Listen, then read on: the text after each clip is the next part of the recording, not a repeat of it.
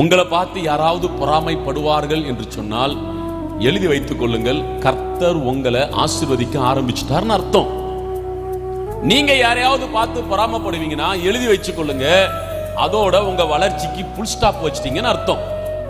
என்றைக்கு ஒரு தேவ பிள்ளைக்கு மற்றவர்களுடைய ஆசீர்வாதத்தை பார்த்து மற்றவர்களுடைய காரியத்தை பார்த்து பொறாமை வருகிறதோ அதோட ஆண்டவர் அங்கே ஒரு புல் ஸ்டாப்பை வைத்திருவார், வளர்ச்சியே இருக்காது.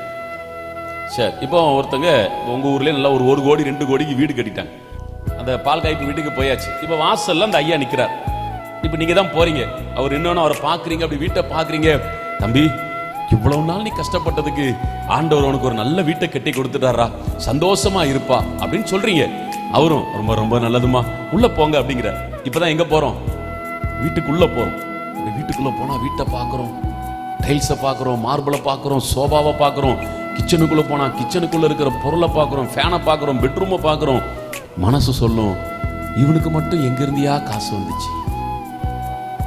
உள்ள என்ன வருது? என்ன வருது? இப்பதானே தோணுதுன்னு. அப்ப நான் எத்தனை வீட்டுக்குள்ள போய் பொறாமப்பட்டுக்கிறேன்ல.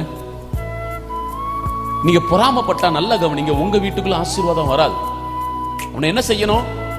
அதோடைய வீட்டுக்குள்ள போறீங்களா, பொருட்களால் நிரம்பி இருக்கா?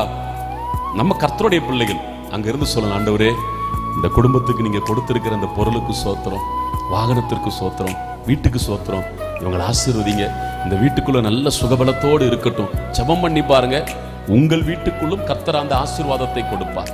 அங்க போய் நின்று பொறாமப்பட்டீங்கன்னா ஒண்ணும் வராது. வீடு கட்டினா பொறாம, கார் வாங்கினா பொறாம, பைக் வாங்கினா பொறாம, ஒரு ஆசீர்வாதம் கிடைச்சா பொறாம. கர்த்தருடைய பிள்ளையே, நீங்களே உங்க வீட்டுக்குள்ள ஆசீர்வாதத்தை தடை பண்ணிக்கிட்டு இருக்கிறீங்கன்னு அர்த்தம்.